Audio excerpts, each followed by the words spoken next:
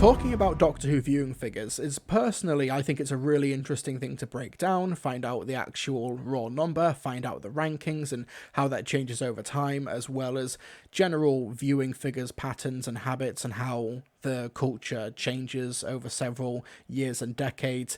It's a bit frustrating to see how people just have no idea how to interpret and extrapolate these figures, though. That's very frustrating for me personally, but we're going to try and deal with what we can deal with when it comes to the power of the Doctor viewing figures. Thanks to Lizzo Mazemba for breaking the story for the overnight viewing figures. The program average, the power of the Doctor on the 23rd of October, the average was 3.71 million. However, the actual peak of the viewing figures was at the end. 4.04 million viewers watched as Jodie Whittaker regenerated into David Tennant at the conclusion of last night's The Power of the Doctor. In terms of the ranking, it was the fourth most watched program of the day. In terms of, like, if you use that program average, it was below Strictly Come Dancing results, Antiques Roadshow, and BBC News. And for those wondering, Antiques Roadshow getting more overnight viewing figures than Doctor Who The Power of the Doctor, how on earth is that the case? The answer is simultaneously the reason why everything in this country is buggered, because of bloody boomers. So that's why Antiques Roadshow is as popular as it is. Remember, broadcast live television is massively skewed towards a much older demographic. You know, Antiques Roadshow, BBC News, Strictly Come Dancing, Country File, things like that tend to do disproportionately well from what you would expect them to do. However, we do actually have now the 7-day viewing figures, and Doctor Who, The Power of the Doctor, was in fact the 5th most watched show of the entire week. It was the number 1 BBC drama for the week. It was the 2nd most watched of the day, so it jumped up from number 5 to number 2, because you're not going to be getting Antiques Roadshow or BBC News, traditionally at least, in like the top 10 or in the top 20 for the BARB. So you see top here, the top of the week is Strictly Come Dancing with 9.8 million. Great British Bake Off further down with 7.79 million. Doc Martin, which is an ITV drama, with 5.6 million. And a bit further down, Doctor Who, The Power of the Doctor.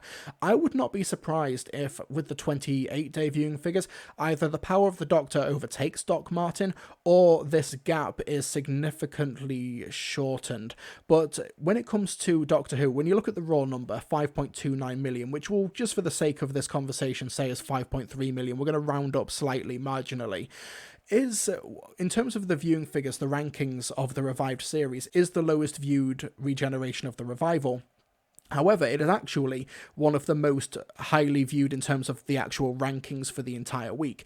You kind of have to set aside the Christmas specials, because in terms of the weekly rankings, that is completely screwed because it's a festive seasonal special. There's so much competition. It is like really, like, this was broadcast during a typical week of television, not a festive seasonal or even like bank holiday week.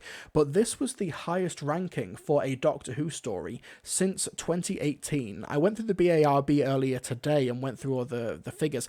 Woman Who Fell to Earth was number 1 for the week that it was broadcast. It was actually the second time in the revived series that Doctor Who was the most watched show of the entire week. That never happens. And then The Ghost Monument was number 4, Rosa was number 5, Arachnids in the UK was number 4, and that was the last time, basically almost identical weekends, 4 years ago, was when Doctor Who was last in the top 5. The show does well, it stays in the top 10 until The Witchfinders, where it's at 17, but that was because that was the same week that I'm a Celebrity started, and the top 7 rankings for that week were all of the episodes of I'm a Celebrity. And then when we get to Spyfall Part 1, it's in the top 10 with the number 8, and then it kind of falls down into the 20-30 range for the rest of the run. And then for Doctor Who Flux, Halloween Apocalypse opened at 8, War of the Sontarans 13, and then it hovers around the 20 position for the rest of it. Eve of the Daleks ranked 26, Legend of the Cedar was ranked 25, Power of the Doctor was number 5. This, in terms of the actual rankings, this is Doctor Who's best outing for 4 years, even though, strictly speaking, it was getting just more than half the pure total viewership. It kind of shows just how the metrics for changing and success has massively changed. And people saying, you know, Doctor Who started off with 11 million and now it ends with 5.3 million. That's obviously a massive failure.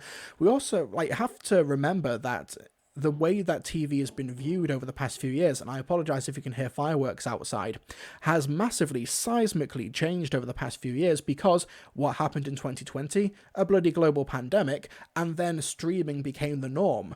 The reason Netflix, Amazon Prime, and Disney Plus numbers just upticked so much over that period was because all of the youngins were getting all of the old people to subscribe to those streaming services, and then it became normalized for the older demographic who traditionally would watch broadcast TV, which is shown in the BARB viewing figures like Strictly Come Dancing, like Antiques Roadshow, like Doc Martin, like Country File. That has massively, seismically shifted the game. However, when it comes to the actual pure numbers and the viewership, compare this, which came out earlier this year, Obi-Wan Kenobi Episode 1, which was Disney Plus's biggest ever launch in the UK, massive success for the streaming platform. It charted at the BARB at number 50 with 2.46 million 7-day figures, which is even less than Legend of the Sea Devils got for just its overnight figures, and that placed 25 for the 7-day viewing figures. And Eve of the Daleks, even though it got more, it charted one less. Seasonal viewing, Christmas, New Year, it's a whole thing. So when you think of the biggest shows on the planet, things like Stranger Things, like Obi-Wan, like Andor, like House of Dragon, it still falls notably short on the broadcast terrestrial TV stuff. Doc Martin does not get the whole world talking for an entire year. However, this was also the same weekend as House of the Dragon. Is House of the Dragon here? No. And as far as I'm aware, the BARB viewership does account for Now TV and Sky. House of the Dragon got less than 3 million viewers, even though it broadcast on the same day as Doctor Who. It just shows the margin for success, or what constitutes a success in 2022 for TV, has massively shifted. Is this just UK or worldwide? This is just UK. This BARB only counts UK viewership. But also, one interesting change this week is that from this week onwards, they will officially now be counting Netflix in the BARB viewership. I thought they had already, but from this week onwards, they are actually counting Netflix stuff. So we will see how Netflix dramas perform in the broader cultural landscape and in terms of all the 7-day viewing figures for the BARB. JM97, House of the Dragon is on a premium channel, is aimed at adult audience. I don't think you can compare them like for like. No, I'm not comparing them like for like, but like I said, the margin for success, what constitutes success in TV, is demonstrably different from what it was 10 to 15 years ago. For example, Family Guy, when it first started out, was a massive flop. That's why it was cancelled after 3 seasons. Well, it did incredibly well because it broadcast the first episode on after the Super Bowl or something, and then it just plummeted and it was thrown around the different schedules by Fox and everything. The reason it got renewed for a series 4 and onwards was because home media sales were so strong for the show. However, the TV run did not do well, but the show was still a success through another avenue. Even though the home media market is different now than it was 15-20 years ago, it is still a different avenue for success. It's a different way of gauging things. So when people say Doctor Who started off with 11 million viewers in 2018 and now ends with 5.3 million, it's missing the forest through the trees. When you look at the actual raw number in and of itself, yeah, you are technically right. But when it comes to the actual rankings, for example, Doctor Who Flux, and I acknowledge that Flux only ran for 6 weeks and Series 1 ran for 13 weeks, but the actual average ranking for Flux and Series 1 were the same. Like I said, can't compare them like for like, but it shows that Doctor Who in 2021 was still in a pretty strong place, even when compared to 2005. One thing that's interesting to do for the BARB is that you can go through the archive viewing data. Chat, can you remind me, what was the weekend that Rose broadcast back in 2005?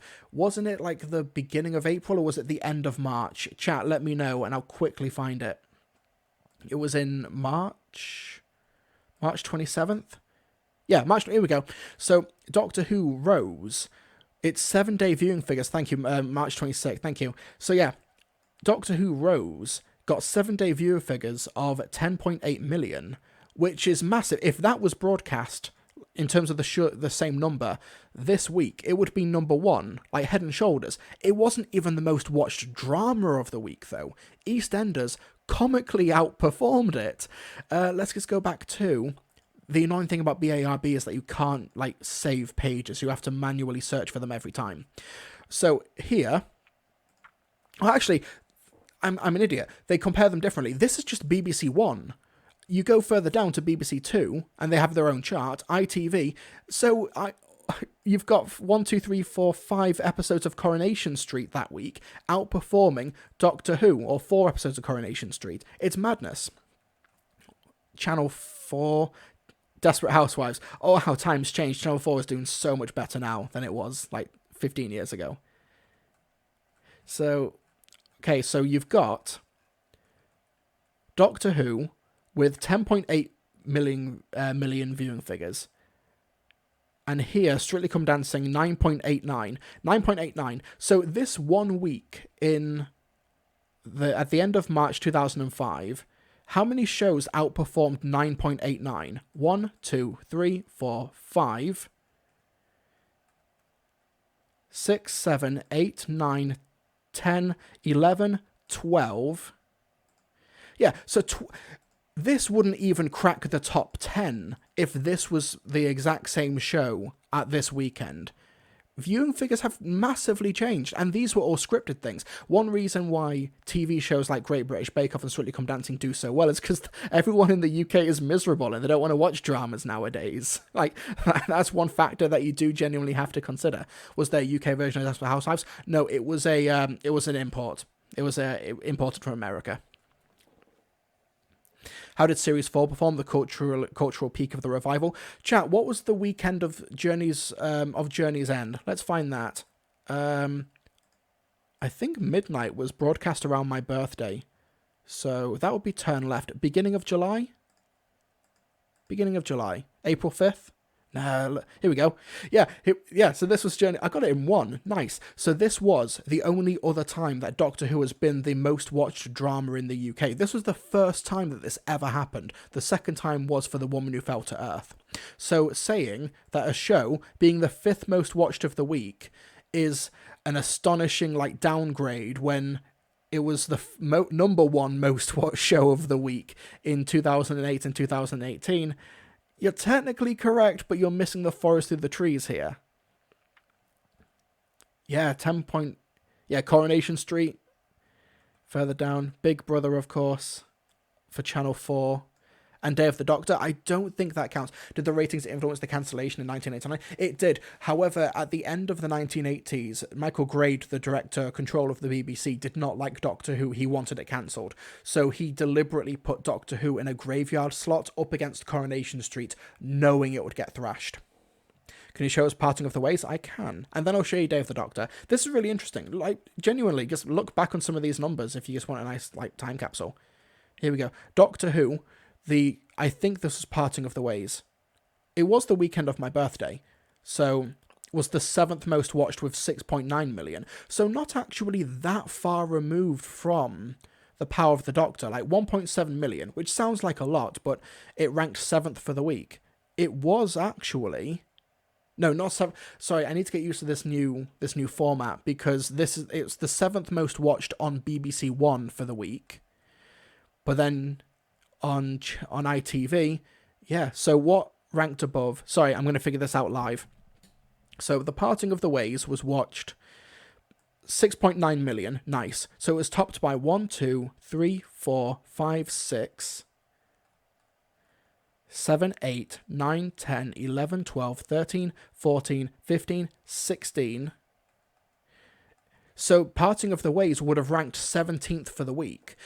And like I said, I'm not trying to compare this like directly apples and oranges, because there was way more choice. There's way more channels and things like that. And there was no iPlayer at this point. You watch it live and then you maybe watch it on a repeat for BBC Three the next day or something. But it just shows how much the way people have watched shows has changed, and that the barometer for success has also changed. Let's look at the Day of the Doctor real quick as well. Was that broadcast on Doctor Who's? Oh, no. Okay, so, wait a second. Was it the most watched thing? Oh, okay. So, Day of the Doctor was the most watched show of the week for the Day of the Doctor. So the third time it happened was The Woman Who Fell to Earth. I apologise. News higher than Doctor Who, lol. To be fair, there's a lot going on in the world right now. But the Titanic Xmas special was not the most... I don't even think it was the most watched for the day. That Christmas was mad. I think Wallace and Gromit beat it. Doctor, yeah, it wasn't the most watched thing on BBC One that week. Wallace and Gromit, Matter of Loaf and Death, beat it by over 3 million. Like, obviously, that's not to say that Voyage of the Damned did not do well. It obviously did. But, like, it's mad that Wallace and Gromit did more. Like, this is, like, lauded as the peak of Doctor Who viewing figures. And even in its own week, on its own day, it was eclipsed by something else. I think fans, even the most open-minded of fans, forget how sometimes niche Doctor Who can be. And I think it's kind of astonishing that during just a traditional week where there wasn't, like, this isn't a finale, this isn't like building up several weeks or several months, this was just a random special at the BBC Centenary, and as far as I'm aware is the most well-performing BBC Centenary bit of broadcast TV. Like, they had a load of documentaries, they had a load of radio stuff and everything. This was the number one Centenary broadcast thing. It's done well, and the fact that it's in the top 5 for that week, the fact that it was the most watched BBC drama of the week, something that very, very rarely happens.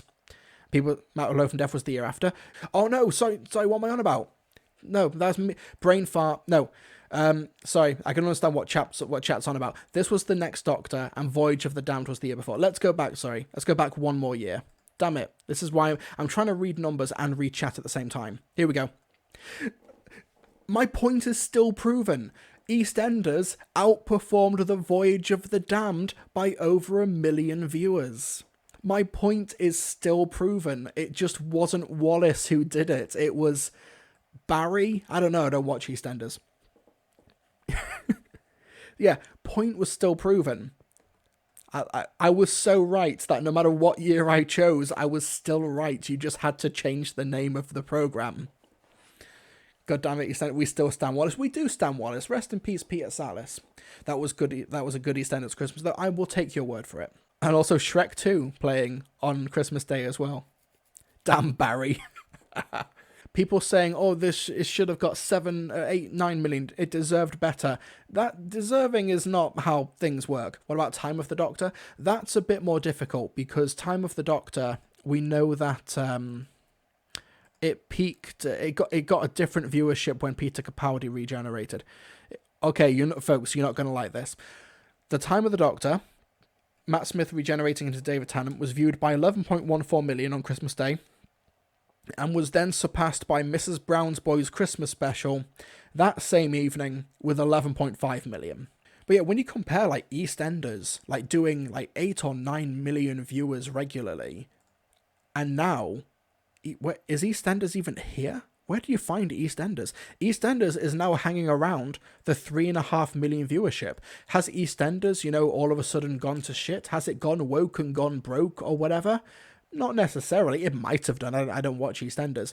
But it just shows that across the board, viewership has changed, audiences have shifted, and as long as Doctor Who is still able to have collection sets, have live events, Worlds of Wonders at time of doing this live stream is still in Liverpool, and then it's moving up to Edinburgh next year.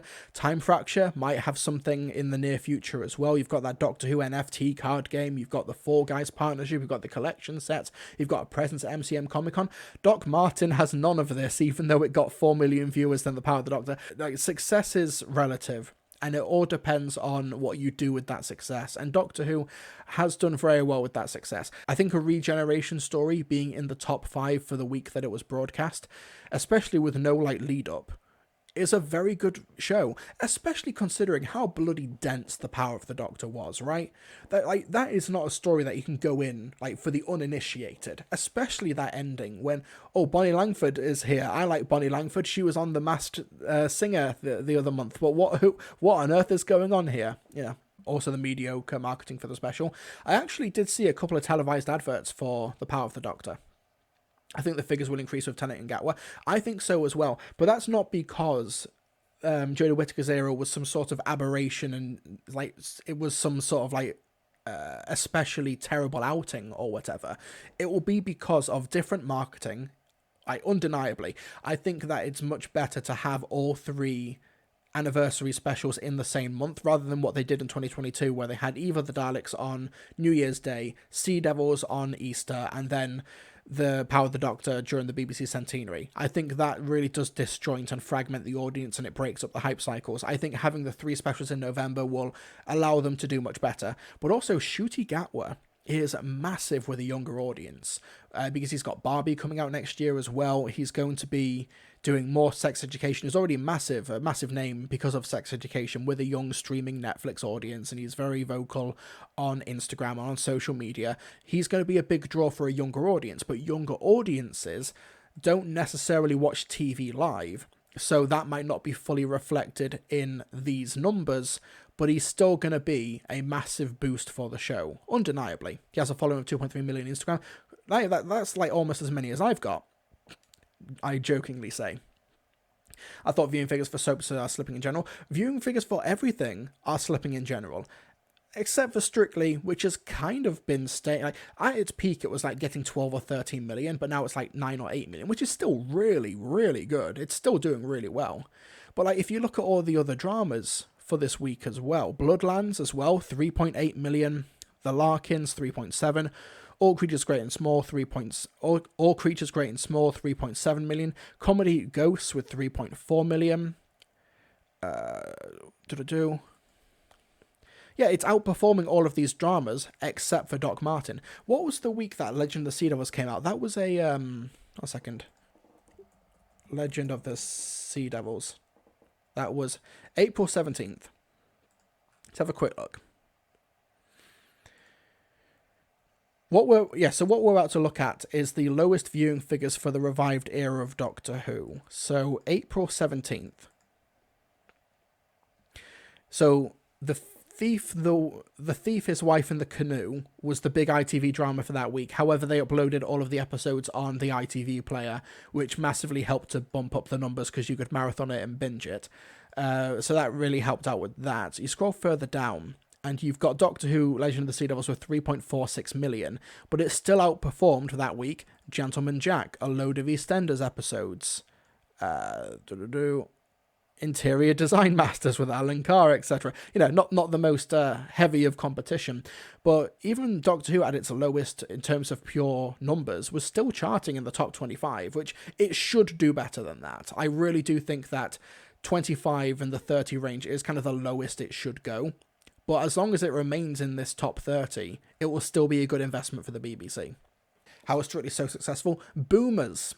The BARB, it's a good and important service that needs to stay free because it's really good for unions and for people who work in the TV and media industry in the UK, because it means that they can actually see how well the shows that they work on do, so they can negotiate better rates and payments for contract renewals and future seasons and things like that. It's one reason why outside of the UK it's really hard to get figures for Disney and Netflix and Amazon Prime and Apple TV shows and stuff like that, because it strengthens unions and it strengthens the workforce if they are given that knowledge. Also, do you want to know what Doc Martin doesn't have?